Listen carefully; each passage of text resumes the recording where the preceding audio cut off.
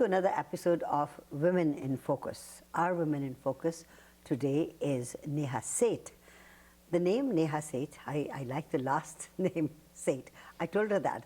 I met her a couple of weeks ago in our Gupshup program when we talked about women's health, and she is directly involved with that department. So Neha, most welcome to our program. How are you doing? I'm amazing, thank you.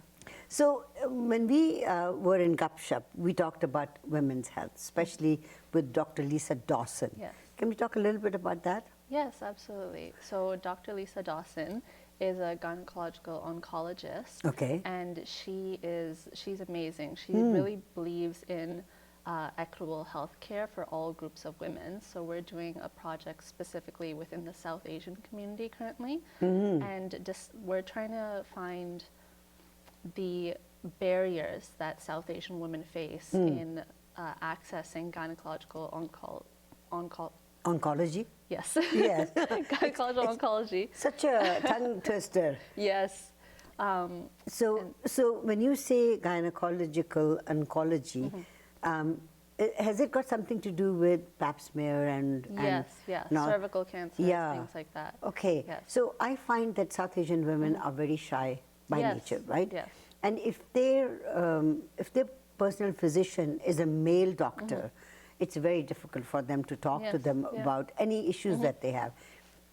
Have you started this survey, or is that the reason why you started it? So we've done our pilot focus group so far, and within our pilot focus group we had a GP who was a South Asian woman herself that primarily gives healthcare to South Asian people. Right. We had another South Asian woman who was a psychiatrist. Okay. And then a woman who is a yoga practitioner and dealt more with, she has her PhD and she deals in more holistic healthcare. Okay. Right? So we had, we found that was a good, Yeah. you know, it was a great first kind of look into the gynecological healthcare of women.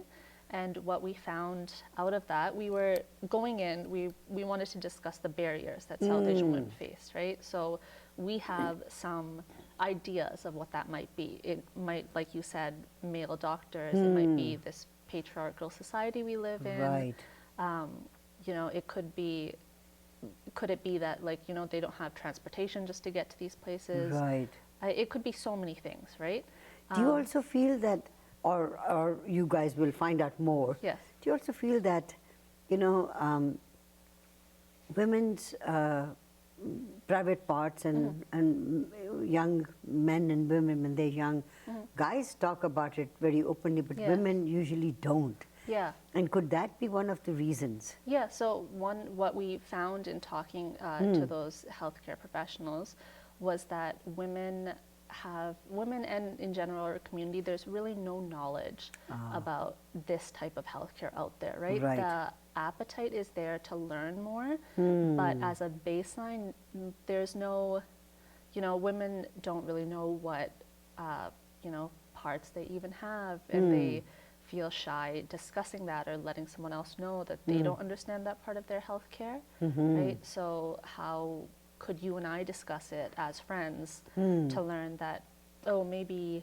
some part of my anatomy is not right, maybe something is wrong currently and I need to go see a doctor, right? So yeah, women are very shy about that part. Right. There's a lack of knowledge surrounding that part of our healthcare across women in general, right, of all ethnicities, but within our own group community, right, it's a taboo topic.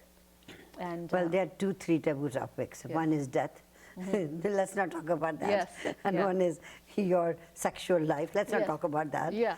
You know, and one topic that everybody talks about is, what is your religious affiliation, which bugs the hell out of me. Yes.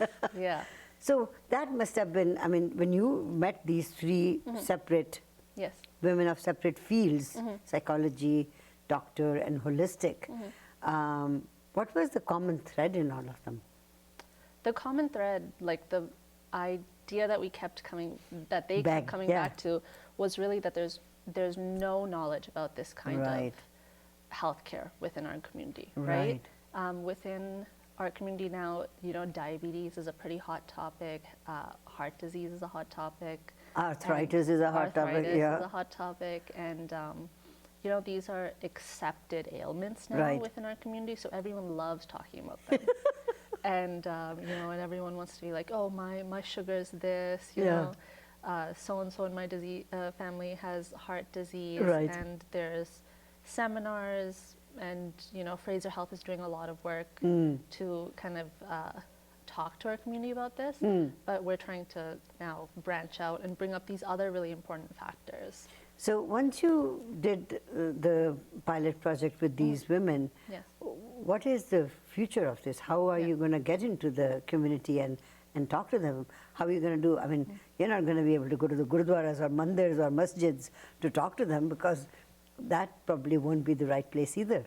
So actually, that's what we're hoping to do, right? 'Cause Are you- those are our meeting places, right? Those are Ah. where people congregate. They do their holy prayers, and Right. then afterwards they sit down, they talk to each other, Right. they eat, they laugh, and these are really our gathering places, as Right. our second location that we go to all the time. Yeah, it's sad that our community never looked at having a community center, in different areas wherever we are. Yeah. Like Surrey or Vancouver, when South Vancouver we used to live in, or Burnaby. There aren't areas where we can all get together and have our own programs. Yeah. I wish we had that. Yeah, like an art center specifically for South Asians. Yeah. Yeah. And that would be a great location to do this kind of, knowledge dissemination. That is true. But because it doesn't exist currently, we've found that places of worship are great locations to go to. So how did you get involved with this? This- This project, and Yeah. and when you were studying, what did you want to do? So I went to school for nursing. Yes. And after... So you're a nurse? Yes. Yeah. Okay, so just stop there. Let's take a short break, Okay. and I want to come back to that, because nurses are special people, because you have to have so much patience to become a nurse, and I want to see whether you have that kind of patience or not. Neha Seth is our Woman in Focus today. Don't go away. We'll be right back.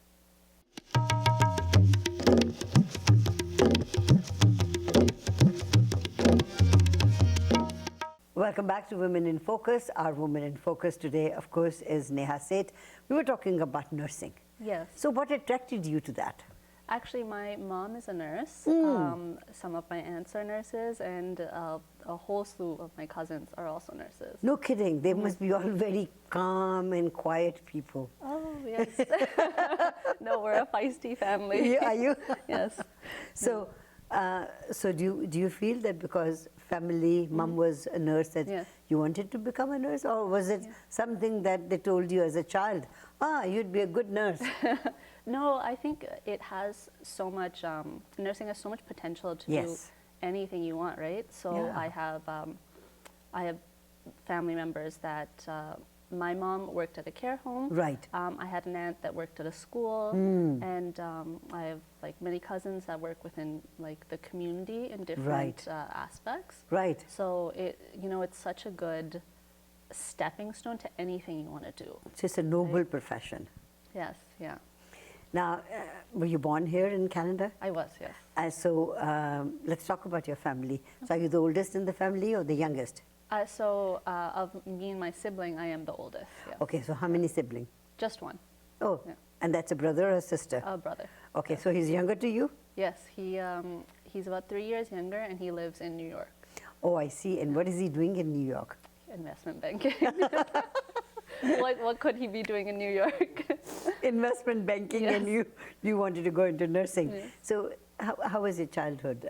Mom and dad, very spiritual, religious, or, They're strict or not strict? they're very spiritual and very religious. We grew up also with my grandparents, so we were that classic joint family. Oh, very Yeah. nice. And it was a really lovely childhood. My parents, of course, they were, as all immigrants of that Yes. generation, they were working very hard, so we spent a lot of time Right. with my grandparents. So you learned the language.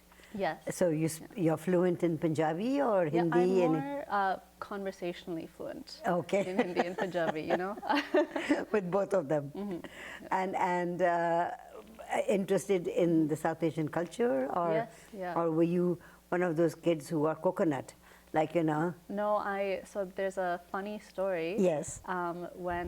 When I was really little, it was just me and my parents. My grandparents hadn't immigrated yet, and my brother wasn't born yet. And my parents also, like in their very early 20s, right? So Yes. they're growing up at the same time I'm growing up.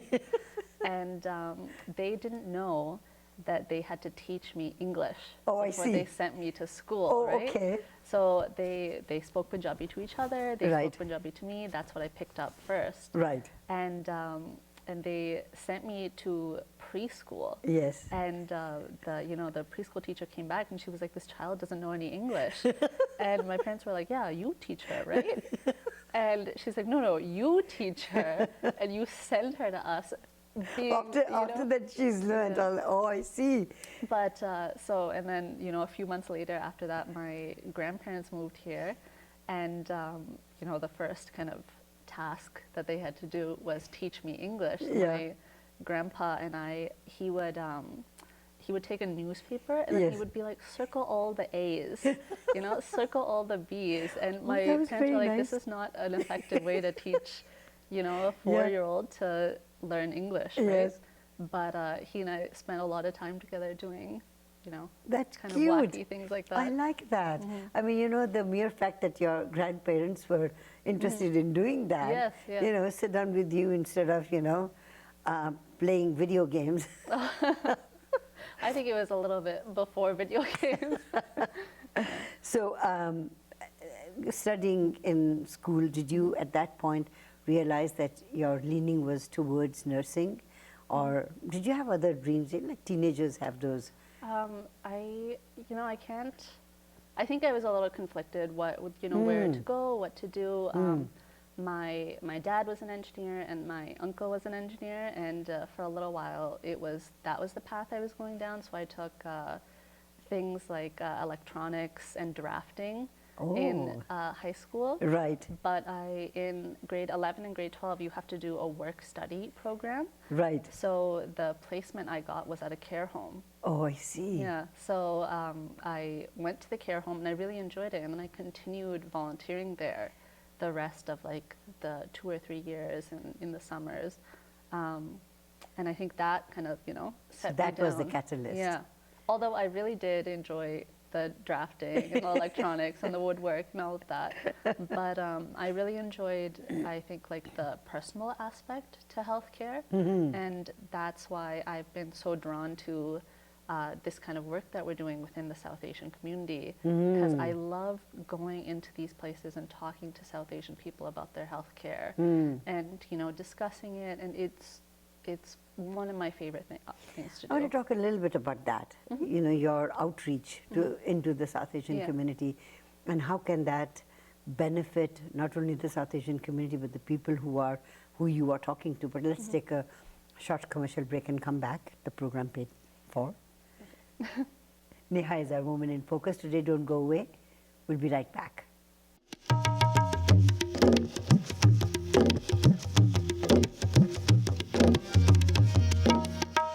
Welcome back to Women in Focus. Our Woman in Focus today is Neha Seth, in a very noble profession. So you have started now the project that we talked about right in the beginning of the program. Have you embarked on that project? Yes, so we're having our first kind of official focus group on May 11th. All right. And so we're currently recruiting participants. So if anyone wants to join, they can reach out to me. All right. And we're hoping to do focus groups, but if people feel a little bit uncomfortable discussing their health within that atmosphere, we can do one-on-ones, we can do Zoom calls, we can do phone calls, whatever that they prefer. Okay, so when you're doing a conversation with these women, what are you talking about? Are you asking them, what sort of questions are you asking them?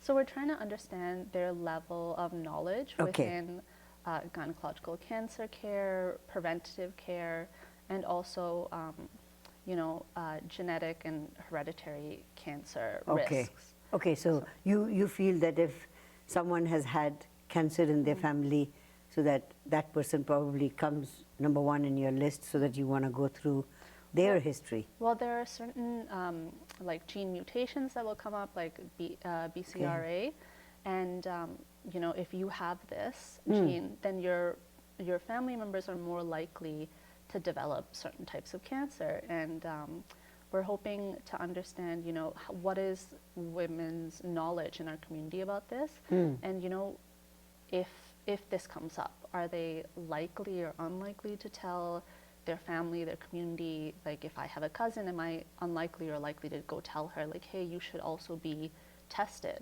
Oh, right? I see what you mean. You But people usually do hide the fact that they have yeah, cancer or cancers. something Yeah, that's like a that. big thing within our community, right? They wouldn't talk about it. It's almost shameful sometimes. But it's not their fault. I mean, No, why would they absolutely be not. ashamed of that? I mean, in women, excuse me, I think cervical cancer is one of the deadliest, right? Yeah. And like for men, I guess prostate is Yes. is Yeah. that on the same level? Yeah. There's a lot of studies done for that. Do you And- think there's enough studies done for cervical cancer? I'm not knowledgeable enough to say, like, whether enough studies have been done. Right. But we know now that prognosis is much better than it used to be. If you catch your cancers early, if you let your family know, if they get tested, it's not something to be afraid of anymore like it used to be. But there's this idea of fatalism within our community, right? That if you have gotten breast cancer, cervical cancer, any type of cancer, that's it for you, Yeah. That like you kind of cease being a person in that moment and start being a person that used to be, right? Yeah. Because it's over. Yeah, but it is not. I No, mean, people absolutely have to not. understand that Yeah. it is. I mean, medicine has come so Yes. has So far. advanced. Yes, yeah. Right? So there are people, I mean, I do remember 20, 30 years ago, if there was someone who had cancer, it was like, okay, your death sentence has been Yes. written. Yeah. But it's no longer like that. No. And people have to absolutely not. understand that. Yeah, and we know that about 9.6% of our community, or the total population within BC, Right. is South Asian, which is a big section. Wow. But the stats that people are coming in to get testing, things like that, are not matching up at all. Within the genetic cancer clinic, Yeah. less than 3% of people coming in for testing are So South Asian. what would you do, or what should the community do so that they can, I mean, this is something which is very serious. If a woman gets cancer, does not look into it, does not get help, then definitely she's going to die. And it's not a very good death either. So if she finds out that something is not right and she goes and talks to you guys or to her own doctor, there are 100% chances that she would have a better quality of Yes, life. yeah. So Absolutely. how do you explain that to people? I think our first step right now that we're working on is finding out why people aren't going and getting the testing they need, why aren't people talking about it more widespread.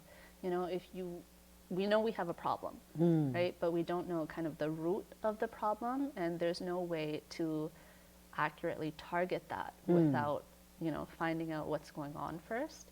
So we have some grant money to do knowledge dissemination within our community. Okay. But we're currently on the first step right now, figuring out, what exactly the Do we need knowledge to needs do? to be Yeah. that we would disseminate. Right, right. So if people who are watching the program are interested in this and they want more information, where should they go? So they can come to me. Yeah.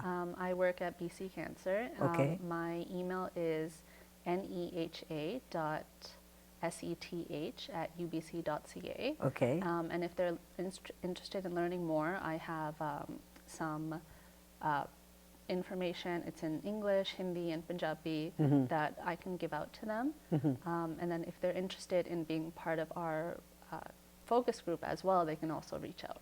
Right. The same email. So if the focus group is happening on 11th, this program probably will be airing after that. So if people see the program afterwards, can they still contact you? Absolutely, yeah. We'd like to do a series of focus groups. Okay. And then again, not just focus groups. If they don't feel comfortable in that Right. type of environment, a one-on-one is totally doable. You know, in today's day and age when everything is so expensive, both husband and wife have to work, or, you know, everybody in the family needs to work so that they can have, you know, decent food and, you know, roof over their head. Yeah. So people hardly have any extra time to give. So, so you're keeping that in mind as well. Yes, so I'm able to do it, you know, morning, noon, night, and we're also doing weekends, weekdays. So at any time that suits you. Well, it's a very, like, you know, like your profession, it's a very noble thing to do, and I think a community should think about, you know, women's health, because they are the people who give birth to children and look after them. Yeah. And they are the caregivers, really, if you look at that. There's a quote by a doctor within the community. She says, if women are healthy, families are healthy. If families are healthy, communities are healthy. There you right? go. So it really starts with that, you know, the core mom, sister, and anything within our family. Well, I take this opportunity and thank you for bringing this out. Today's interview was all about this. I'll have to interview you again to talk about you as a person. Anytime. I understand you're getting ready to get married as well. Yeah, in 2 months. In 2 months, huh? And how did you find this guy? Our parents introduced us. No kidding. So it's one of those arranged marriages? Oh, no. No? We like to say assisted. Assisted, or semi-arranged. Yeah. Well, I wish you all the best. Thank you for being a woman in focus. Neha was a woman in focus today. Don't go away. We'll be right back.